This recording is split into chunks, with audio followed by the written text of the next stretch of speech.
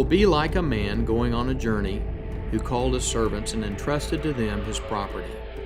To one he gave 5 talents, to another 2, to another 1, to each according to his ability. He who had received the 5 talents went at once and traded with them, and he made 5 more talents. But he who had received the 1 talent went and dug in the ground and hid his master's money. Now after a long time the master of whose servants came and settled accounts with him. And he who had received 5 talents came forward, bringing 5 talents more. His master said to him, Well done, good and faithful servant. You have been faithful over a little. I will set you over much.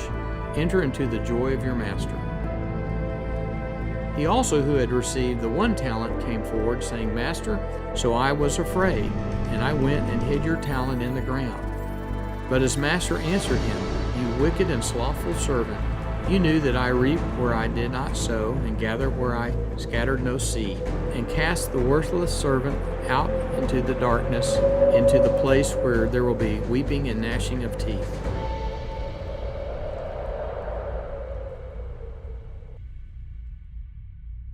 I don't think I did that right. Sorry. Oh, I think you're right. Can you edit all that?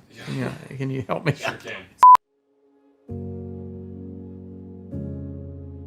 A lot of us want to give away as much money as we can, and on earth sometimes we want to hold on to it and increase it so we can give away a larger amount later. My thought is God's rate of return is much better than mine. If he increases things at 30, 40, 60, 80, 100% in his kingdom, I would be a fool not to give it to him sooner. There's 3 parts of an investment. There's time, there's amount of interest, and there's the amount of the investment. The most important that we all learn in finance is time. The longer investment has to grow, the greater the potential of the amount. And I thought, well, the reverse of that is true. The sooner I get in the kingdom, the sooner it will have a chance to grow at a greater rate of return in God's kingdom than it will in my feeble 10%. And if he's brought wealth into your life, he wants you to be generous, he wants you to take care of the people around you, the poor, your church, whoever that may be, saying that, well, when I reach a certain amount, I'll do more.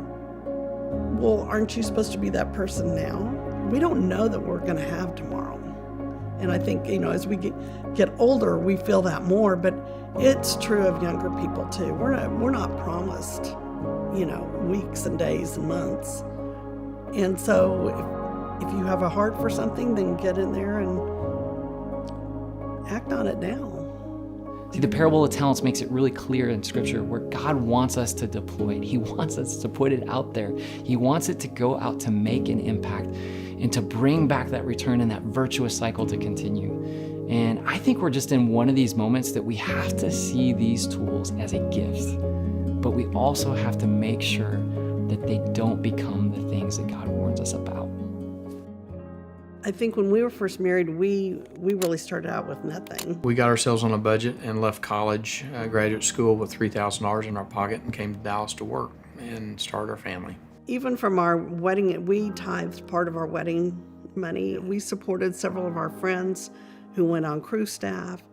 And so we were always involved in giving, even when we didn't have much. I had been an associate with several really good firms in town. I wanted to be a partner, but I was told I was too young. So at 27, I started my own firm. So for 10 years, I worked really hard in building an excellent firm, of which time I was sitting at my desk at 3 o'clock in the morning crying because, not because I'd come in early, but I'd been there all night. I said, Lord, this is just too hard. I can't handle this pressure. And he seemed to give me wisdom at that time. He said, build a firm based on service, not on design quality. He said, serve people. And so that helped me flip the firm from being a design firm to being a service-oriented firm. I got an opportunity to do some work for Walmart, and it started a 30-year relationship with Walmart where in the end we had designed 8,000 projects for them in every state. But it was just a real joy as we had more to be able to give more. And it became more of a conversation that the two of us would have. I approached IJ and said, I'd like to transfer this annuity to you. And they said, well, we really can't accept it. Their legal department said we can't accept it unless it's redeemed because It's actually an insurance policy. It's not truly an investment account. They said, and when you do it, you'll have to pay tax on the gain. And they said, we actually suggest that maybe you bequeath that to us in your will, because then you don't have to pay the tax on it. Well, my thought was, I can't wait till I die to send this money to IJM. So we redeemed the annuity, paid the tax. I figured that God can use that money better than I can in his kingdom at a greater rate than he had to wait till I die. Kind of like when you get on the airplane to go to heaven, you can't line your pockets with a bunch of 20s. They don't work. You have to have a currency exchange before you get on the plane. What is that currency exchange? What is the kingdom currency that we need to have to be able to have it effective in eternity? I think really the core behind a lot of that is wanting to see a lot of people come to know Jesus. And if that's what our heart is, and that's where our mind is set, then why would we be putting our money aside for later on? Why not do it now? If our goal is to see people come to know the Lord, then let's get it out there where it can draw people to him. It began to become, how can I invest in it to build God's kingdom? A time that I began to realize I really don't own anything, that God gave me everything. He gave me the ability to create wealth. He gave me the wisdom to use it, and it was his, not mine. And once I realized that, the light flipped on and says, I've got to take good care of this. I began to invest in relationships. We met John and Andy through Crown Ministries when they were doing small short films. We knew nothing about the movie business. I mean, we go to the movies and we buy tickets. That's about the extent of our knowledge.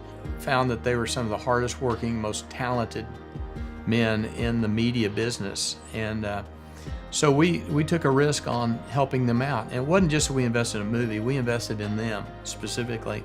We're in this sort of window of time where there's, the perception that Christian entertainment is cheesy or less than or not as good. Hey, Scotty. Jesus, man. I believe Christian movies are bad.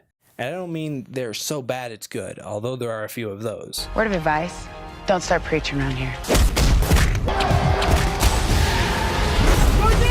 I mean bad as in low quality, poor execution, and just wrong. Budgets have gotten bigger, but the acting still remains forced, the story contrived, and production value low. I see that as a businessman and an entrepreneur as a massive opportunity for a brand. There's a lot of faith history. There was a time where faith-based films were the epics and the blockbusters of the day. If you take the European art tour, there's an incredible fusion between faith and art. So we're in this ditch that we got to work our way out of. I do think it's something that we can fix and that we can improve upon and that we can reestablish our voice and culture. This is the language of the time. If we want to communicate with a generation, this is the way to do it. Film can change the way people perceive issues. Studies show that the movies you watch don't just affect your hobbies. They affect your career choices, your emotions, your sense of identity. We believe that stories can really change the world. So investing in a movie is a way of telling the opportunity to tell a very large audience a particular story. And when that story includes a faith element, it's a big opportunity to provide a testimony that's very powerful that can help draw people to Christ. I didn't see the 15-year plan when I invested with it. I saw nothing but fog ahead. And so I stepped out in faith because they were faithful. The second thing that I've been really encouraged by is the number of people in that generation of creators, those who are democratizing storytelling, who are unabashed and unafraid to lean into their faith and the values of their faith, even as they hold themselves to the highest standards of excellence. I love the Irwin brothers. They were some of the first filmmakers to say, in filmmaking, faith-based films is not a genre. But if you make a really high-quality movie that is in the right genre that audiences are seeking to be entertained by, then you can embed a faith-based message. It's my belief if you make really excellent movies that have a moral content to them, then you'll have a huge audience. And they call them crossover movies and all that, but I just say they're good movies. Everybody wants to see a good movie. They want to be entertained. We wanted initially to build projects that had redemption, forgiveness, and reconciliation in them. Every movie that they made would have those themes embedded in that. They are duly committed to being authentically focused on the principles of their faith. They're unabashed with it, while also being dedicated to their craft. Like, I want to watch this. I don't feel like I have to watch this out of guilt because I'm a Christian. This is amazing storytelling. And I think there's something really exciting in these creators at the top of their fields, operating at the best levels of their craft, who are unabashed to tell stories of faith right now in an era that so desperately needs those stories. This movie is really inspirational, and you're playing Hank Irwin, a real person. So my perspective is that if I were only given 3 to 5 years to live, how would I live? And what would I do? And so I always ask the Lord, I said, well, if I get to the end of that 3 to 5 years, can I re-up my contract? So I don't expect to go anytime soon, but I live as though I could. And so it gives me a sense of urgency to do things now. And I'm so glad that MaryDel and I invested when we did years ago in certain things because we had a sense of urgency, because of how things had grown at such an exponential rate. I couldn't do it today. If I put the money in, I wouldn't live long enough to see some of this stuff happen. So the sooner you get in the kingdom, the faster and bigger it can grow.